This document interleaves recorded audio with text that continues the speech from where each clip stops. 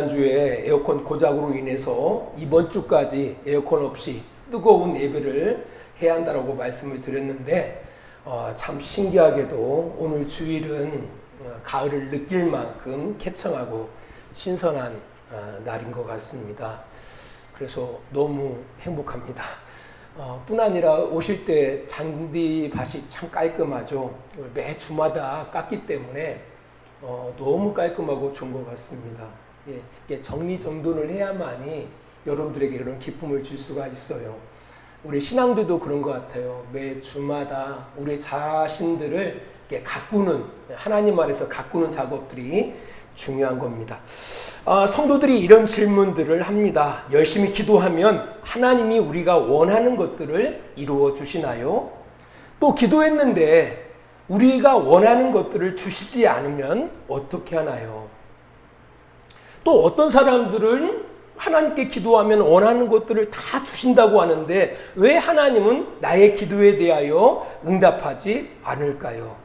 내가 하나님께 뭐 섭섭하게 한 것이 있어서 그런가요? 이런 질문들을 한다라는 겁니다. 솔직히 응답받았다라고 말하는 사람들 역시 이렇게 되씹어서 따져보면은요, 사실 그들이 응답받은 것보다 응답받지 않았을 때가 더 많습니다. 하지만 사람들은 응답받은 것을 크게 기억을 하거든요. 그래서 내가 기도하면 다 응답받아 라고 이야기를 해요. 하지만 솔직해질 필요가 있습니다. 저도 생각해 볼 때 내가 기도하는 거 다 응답하시지 않습니다. 응답하지 않는 것이 더 많아요. 이제 그럼에도 불구하고 어떤 분들은 저는 한 번도 없는데요 라고 이렇게 이야기하시는 성도님들도 계실 수 있습니다.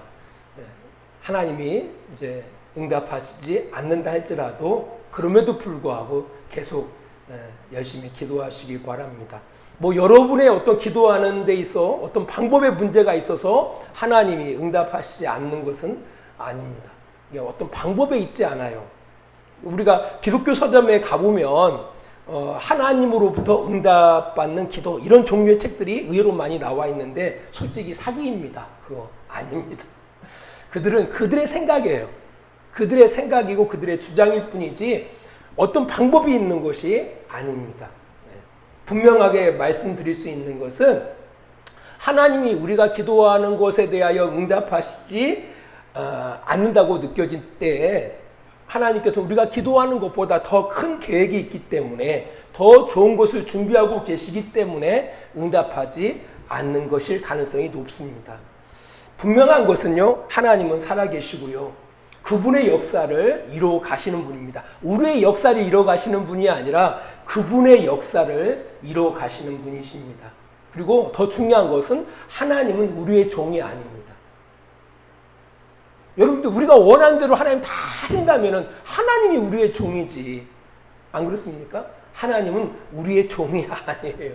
그분은 우리의 주인 되십니다. 그래서 그의 뜻을 가지고 끊임없이 우리들의 인생 가운데 관여하신다는 사실을 꼭 기억하시기 바랍니다. 그 증거가 성경 속에 있습니다. 시편 121편 3절 말씀입니다. 여호와께서 너를 실족하지 아니하게 하시며 너를 지키시는 이가 졸지 아니하시리로다. 네, 여기 성경을 바라보니까 너를 실족하지 않게 하신다라는 겁니다. 너를 지키시는 이가 졸지 아니하신다라고 이야기하고 있다라는 겁니다. 그제인가요? 그제 교회에서 그 아내가 그 인터넷으로 그 교육을 아침 9시부터 저녁 5시까지 이렇게 교육을 받았는데요. 어떤 한 간호사가 사진을 찍어서 올려놨어요. 보니까 아내가 조는 영상을 찍어놨더라고요. 아내가 꾸벅꾸벅 조는 것을 한 간호사가 찍어서 이렇게 오픈해 놓은 거예요. 우리는 피곤하니까 졸죠. 하지만 하나님은 피곤치 아니하시는 분입니다. 그래서 우리를 지키시는 하나님께서 졸지 아니하시고 우리를 지키신다는 사실을 꼭 기억하시기 바랍니다. 시편 121편 7절 8절 말씀입니다. 여호와께서 너를 지켜 모든 환난을 면하게 하시며 또 내 영혼을 지키시리로다. 여호와께서 너의 출입을 지금부터 영원까지 지키시리로다. 여러분의 출입, 나가고 들어가는 것을 지금부터 영원까지 지키신다라는 겁니다. 한번 하나님께서 관계를 맺으신 한 끝까지 우리를 지키신다는 사실을 꼭 기억하시기 바랍니다. 그렇잖아요. 우리 부모된 이들 끝까지 우리가 죽는 그날까지 뭐합니까? 자식들을 향해서 책임지지 않습니까? 자식들을 향해서 염려하지 않습니까? 이게 우리 부모들이에요. 자식들은 그래 만에 하나도 수준 안 되는 것 같아요. 지금부터 영원까지 하나님 우리를 지키시는 하나님이신 것을 꼭 기억하시기 바랍니다. 성경은 하나님을 드러내시는 계시의 책이기도 하지만 우리 인생 가운데 개입하신 하나님을 간증하는 책이기도 합니다. 그래서 하나님께서는 우리 인생 가운데 이미 들어오셨어요. 여러분들 지금 예배하고 있다는 것은요, 이게 쉬운 일이 아니에요. 이미 들어오셨기 때문에 예배하는 겁니다. 아니 목사님, 저는 하나님이 살아계신도 알지 못하는데요. 그럼 여러분 미척간 이 자리에 있습니까? 속된 말로 그렇지가 않아요. 하나님께서 여러분 안에 계시기 때문에 여러분의 발걸음이 이 자리에 있는 겁니다. 그리고 관여하시는 분이심에 분명하다는 이 사실을 기억하시기 바랍니다. 그 대표적인 사람이 아브라함입니다. 하나님께서는 갈대아 우르 가운데에 그 무자한 아브라함의 인생 가운데 찾아오십니다. 그리고 간섭하셨습니다. 그리고 그에게 약속하셨어요. 그 약속대로 하나님께서는 아브라함의 인생 가운데 간섭하십니다. 아브라함이 깨달을 때도 있었고 깨닫지 못할 때도 있었습니다. 이제 그럼에도 불구하고 하나님은 하나님의 일을 행하심을 통해서 결국 아브라함에게 약속하신 그 약속을 이루어 가십니다. 그로 하여금 복을 얻게 하시고 또한 복의 근원이 되게 하시는 겁니다. 이런 일들은 지금도 동일하게 이루어지고 있다는 겁니다. 하나님을 믿는 모든 사람들에게 동일하게 일어나는 일입니다. 갈라디아서 3장 8절로 9절 말씀입니다.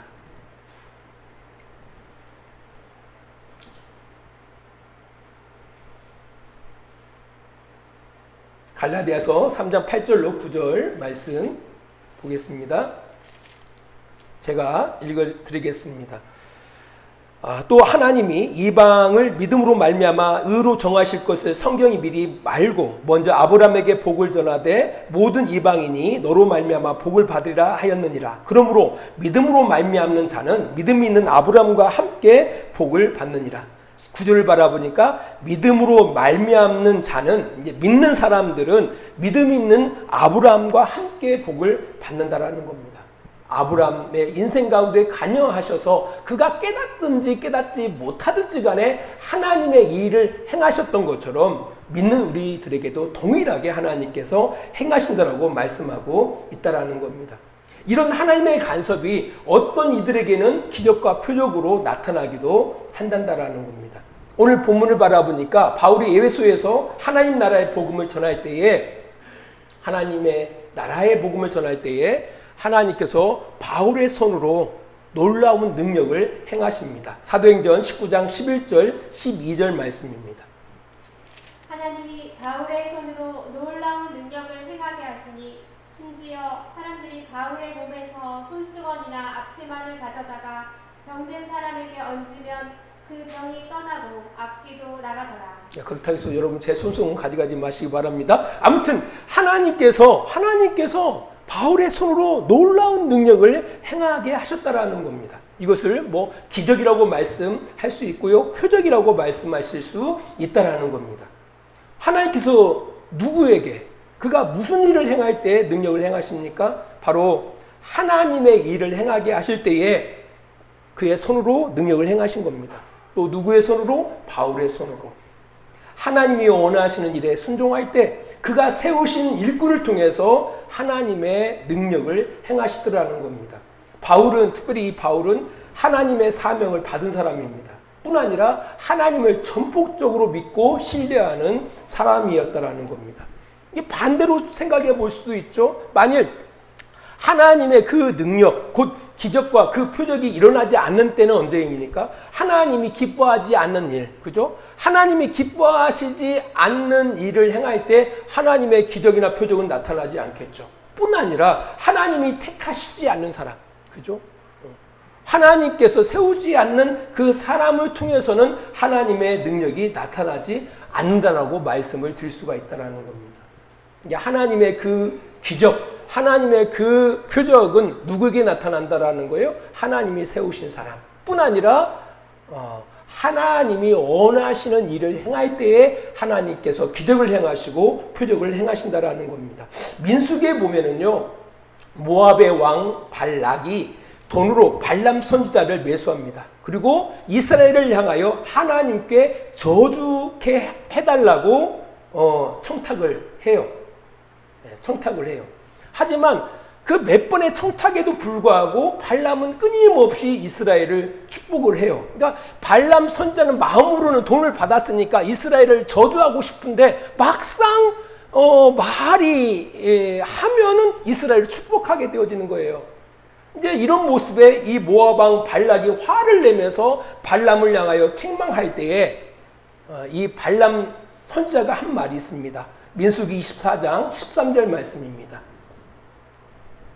가령 발락이 그 집에 가득한 은금을 내게 줄지라도 나는 여호와의 말씀을 어기고 선악간에 내 마음대로 행하지 못하고 여호와께서 말씀하신 대로 말하리라 하지 아니하였나이까. 아멘. 여기 이걸 세번역 성경으로 이렇게 읽으면 이런 말씀입니다. 좋은 일이든 나쁜 일이든 간에 주님의 명을 어기고 나의 마음대로 할 수 있는 일은 아무것도 없습니다. 나는 다만 주님께서 말씀하신 것만 말해야 합니다라고 이야기하고 있습니다. 그러니까 이 선지자가 저주하면 저주하는 대로 되는가 봐요. 축복하면 축복하는 대로 되는가 봐요. 그러나 중요한 것은 그가 저주가 됐던 축복이 됐든지 간에 하나님이 시키신 대로 할 수밖에 없다라는 얘기예요. 그 능력이, 그 놀라운 그 능력이 결국 하나님이 원하시는 대로 될 수밖에 없다라고 이야기하고 있다라는 겁니다. 이뿐입니까? 우리가 그 하나님을 전폭적으로 신뢰하지 않을 때도 능력은 나타나지 않습니다. 예수님께서 고향 사람들에게 배척을 당하시죠. 그래서 많은 능력을 행하지 아니하였더라고 마태복음 13장 58절은 이야기하고 있습니다. 마태복음 13장 58절입니다. 그들이 믿지 않음으로 말미암아 거기서 많은 능력을 행하지 아니하시니라. 예. 그런 차원에서 바라보면은 지금은 그런 하나님의 그 기적, 그런 표적들이 많이 일어나지 않는 것 같습니다.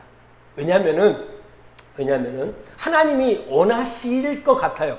하나님이 원하시지만 너무나 많은 사람들이 하나님을 믿고 전적으로 신뢰하지 않는 것 같습니다. 우리만 바라봐도 우리는 과학이나 의학을 신뢰를 해요. 하나님보다. 근데 그렇기 때문에 하나님 앞에 기도하지 않는다라는 거예요. 이제 그렇지만 조금 더 깊이 나아가면은요, 과학이 또 의학이 우리의 모든 문제를 해결할 수 없다는 사실도 우리는 인정할 수밖에 없다라는 거예요. 안 그러나요? 네. 여러분, 과학이 우리의 모든 것을 다 해결해 줍니까? 의학이 우리의 모든 것을 다 해결해 줍니까? 전혀 그렇지 않다라는 겁니다. 한 권사님께서 지난주인가요? 병원에 갔는데 다음번에 좀 오셔가지고 이제 검사를 해보자. 뭐 이렇게 말씀하시면서 뭐라고 말씀하셨다고요? 의사 선생님 이런 말씀하셨대요. 기도 많이 하세요라고 말씀을 하시더라는 거예요. 기도 많이 하세요. 아니, 의사 선생님이 권사님한테 기도 많이 하시더라는 거예요. 아니, 의사 선생님이 내가 치료해 줄게요. 이렇게 감히 말할 수가 없는 거예요. 하나님께 기도하세요. 그럼에도 불구하고 너무 많은 사람들이 오해하고 있습니다.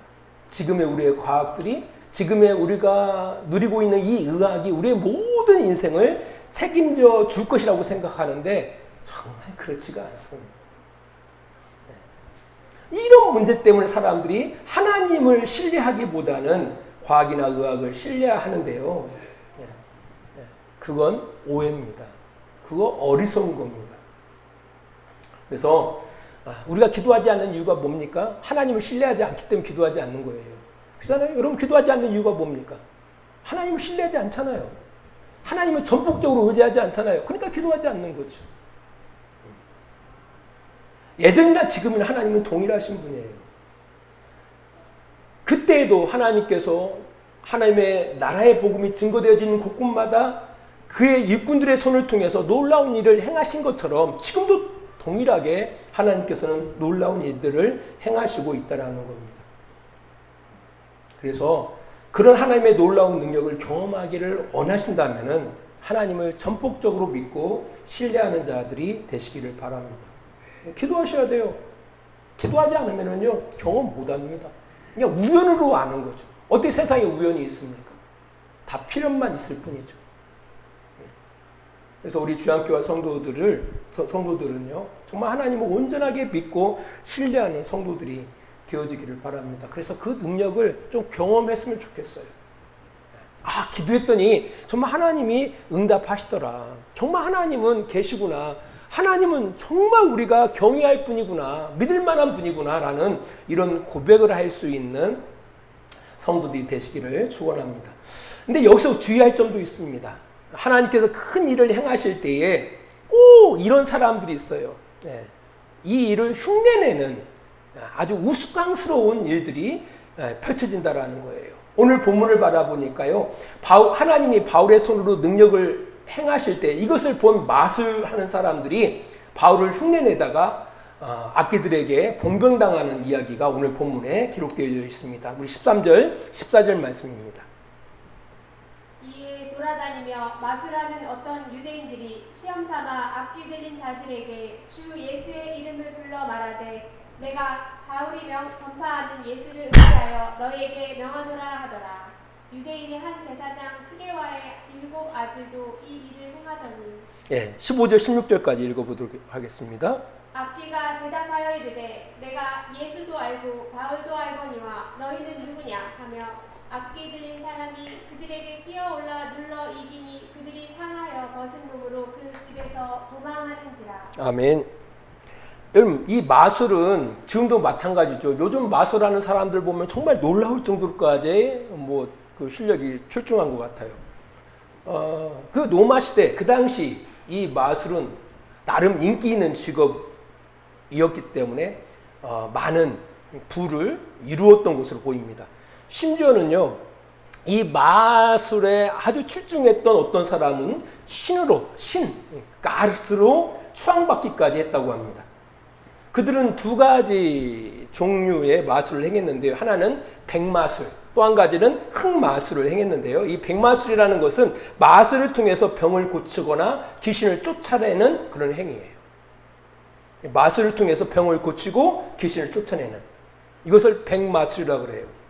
흑마술은 바로 뭐냐면은 저주를 걸게 만드는, 우리 옛날에 사극에서 바라보면은 인형을 만들어 놓고 뭐하죠? 막 바늘로 찌르고 이런 광경을 보셨을 거예요. 이게 이제 흑마술에 해당되어지는 겁니다. 이런 일들을 많이 행했습니다. 이런 마술사 가운데 특별히 이 페르시아 계통이나 유대 계통의 마술사들은 많은 환영을 받았다고 그래요. 왜냐하면 이 동양이 약간 신비스러운 문화 가운데 있잖아요. 그래서 그들이 아주 영험하다라고 그들이 여겼던 것으로 보입니다. 사실 성경에도 이런 마술사에 대한 이야기가 의외로 많이 기록되어져 있어요. 사도행전 8장, 13장, 19장에도 기록되어져 있다라는 겁니다. 이 바울이 주 예수의 이름으로 귀신을 쫓아내는 모습을 보고 흉내낸 이 마술사들은 아마 이제 백마술에 속하는, 백마술을 행하는 사람들이라고 우리가 추측할 수가 있는 겁니다. 근데 결국은 이 사람들은 바울이 믿는 주 예수의 이름으로 명에 따라가 오히려 악기 들린 사람에게 봉변을 당하는 아주 우스꽝스러운 일들이 펼쳐집니다. 이게 어떻게 보면은요, 이 사람들은 자기 직업에 성실했던 사람들일 수 있습니다. 그죠?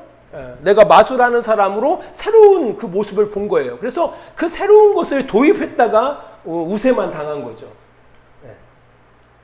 그죠? 그들이 흉내냈지만 결국 하나님의 그 능력이 그들을 통해서 역사되지 않더라는 겁니다.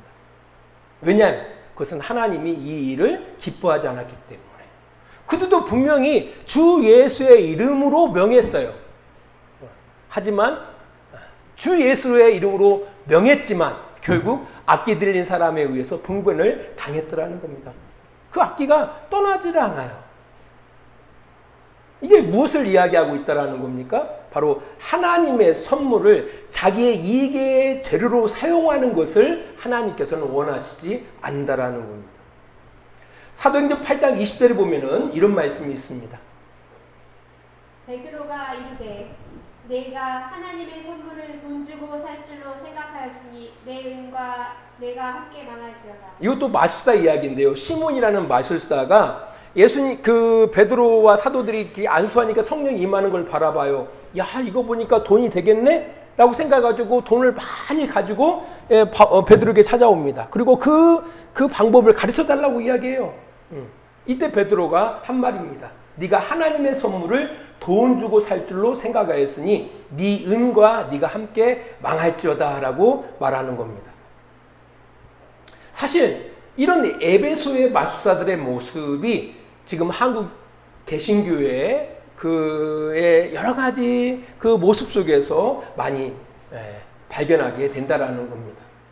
지금 한국 개신교회가 세상 사람들에게 우스꽝스럽게 비춰지는 이유가 바로 뭘까라고 할 때에 이렇게 바울을 흉내내는 신앙에 머물고 있기 때문에 그런 것 같습니다. 바울을 흉내내는 신앙. 그러니까 주 예수의 이름으로 명하노니 나의 주가 아니라 바울이 믿는 주 예수의 이름으로 명하는 이런 흉내내는 신앙 가운데 우리가 머물고 있기 때문에 세상으로부터 우스꽝스러운 자라고 우리가 역임을 받고 있다라는 겁니다. 이렇게 쉽게 설명할 수가 있는 거죠. 그런 하나님을 믿는 이 경건의 이런 것들을 뭐로 자기의 이익의 방도로 생각하고 접근하는 사람들로 인해서 그렇다라는 겁니다. 우리 디모데전서 6장 5절은 이렇게 이야기하고 있습니다. 마음이 부패하여지고 진리를 잃어버려 경건을 이익의 방도로 생각하는 자들의 다툼이 일어나느니라. 아멘. 여기 보니까 마음이 부패하여지고 진리를 잃어버려 있고 단지 경건을 어떤 방도로 생각하고 있다고요? 이익의 방도로 생각하는 이들이 있기 때문에 우리가 우스꽝스러운 개신교회가 되고 있다라는 겁니다. 결국은 다 욕심이 그런 거거든요. 탐심 때문에.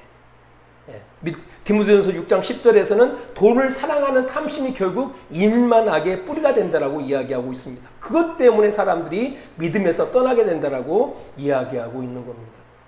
전혀 하나님에 대해서는 관심이 없고 꼭 하나님의 특별한 능력에만 관심이 있는, 왜? 그것이 돈이 되니까. 이게 가장 큰 문제는 어디에 있어요? 그것을 추구하는 목사들이 너무 많다라는 거죠. 그것을 추구하는 성도들이 너무 많다라는 거죠. 본질에는 관심이 없고 겉가지만 관심이 있는 사람들이 너무 많다라는데 그 이유가 있다라는 겁니다. 그래서 우리 모두가 주의해야 할 것입니다. 교회를 돈벌이 수단으로 교회를 나와서도 안 되고요. 돈벌이 수단으로 해가지고 목회를 해서도 안 돼요. 그것은 하나님을 모독하는 거예요. 하나님을 모독하는 거. 그리고 너무 우스꽝스러운 거예요. 이런 것에서부터 우리가 돌이켜야 한다는 겁니다. 디모데후서 3장 5절입니다. 경건의 모양은 있으나 경건의 능력은 부인하니 이 같은 자들에게서 내가 돌아서라. 아멘. 우리가 마지막으로 하나님께서 바울의 손으로 놀라운 능력을 행하시는데 분명한 목적이 있는 거예요. 오늘 그 목적을 성경은 이렇게 이야기하고 있어요. 첫 번째로는 하나님을 경외케 하는데 하나님께서 큰 일을 행하시는 겁니다. 사도행전 19장 17절 말씀입니다. 에베소에 사는 유대인과 헬라인들이 다 이 일을 알고 두려워하며 주 예수의 이름을 높이고. 에베소에 사는 유대인들과 헬라인들이 이 일을 이제 알게 되어졌어요. 스기야와의 일곱 아들들, 또 많은 마술사들이 이 일로 인해서 정말 봉변을 당했다라는 이야기를 듣고서 그들이 누구를 두려워해요? 하나님을 두려워해요. 그리고 주의 예수의 이름을 높였다라고 이야기하고 있습니다. 그러니까 하나님의 큰 일 행하심에는 반드시 뭐가 따라와요? 하나님을 두려워하게 되어지고요. 하나님을 경외하게 되어 있다라는 겁니다. 두 번째로는요. 진정한 회개가 이루어지는 거예요. 18절 봅니다.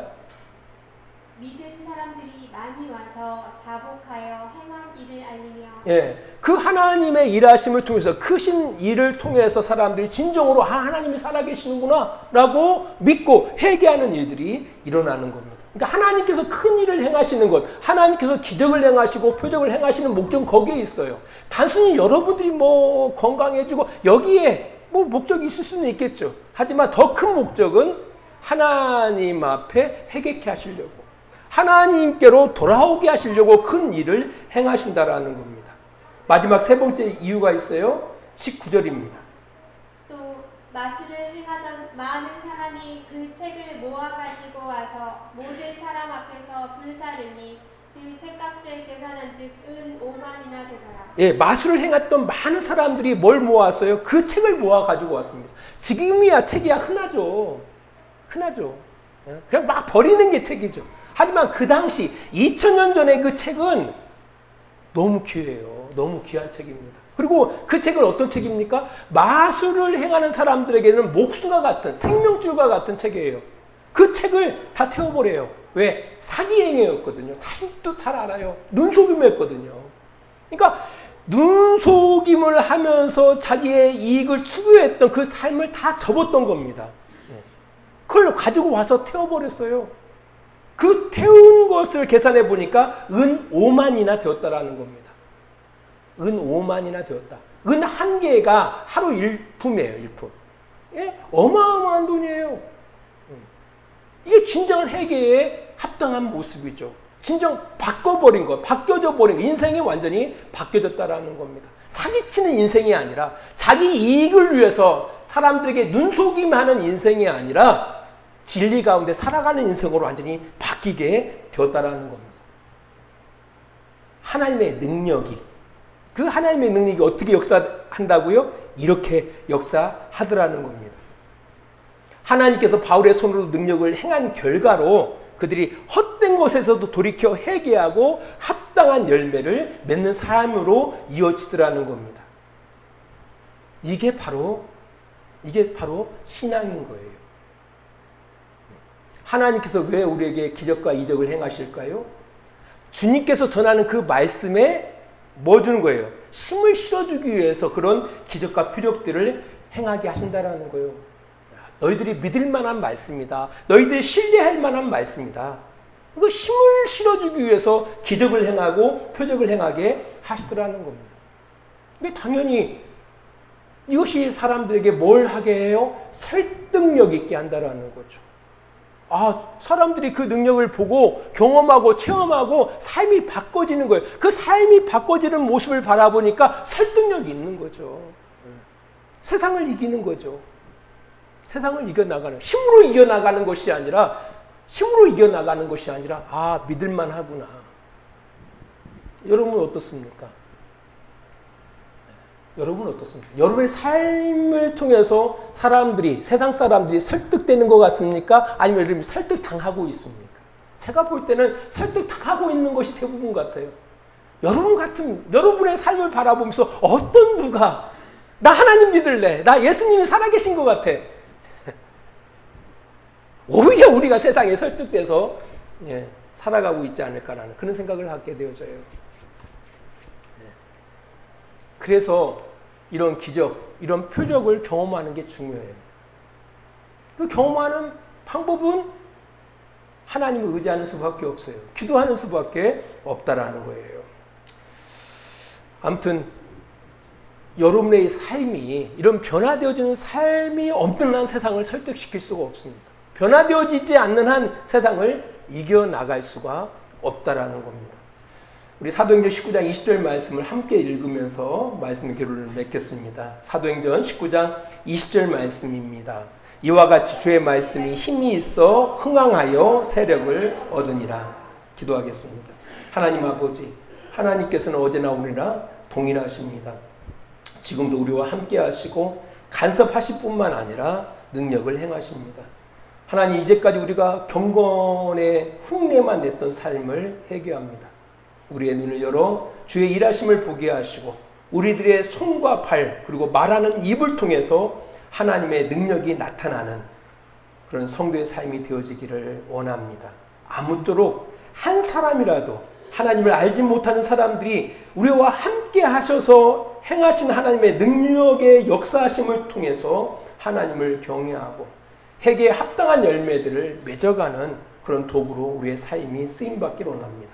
그런 우리 성도들이 되어지기를 원하고 내가 되어지기를 원하고 우리 주양교가 되어지기를 원합니다. 이제는 하나님 아버지의 놀라우신 사랑하심과 주 예수 그리스도의 은혜하심과 성령의 강권적인 역사하심이 오늘 예배하는 모든 성도들과 그들의 가정 그리고 직장과 사업장 위에 늘 함께해 주시기를 간절히 축원하옵나이다. 아멘.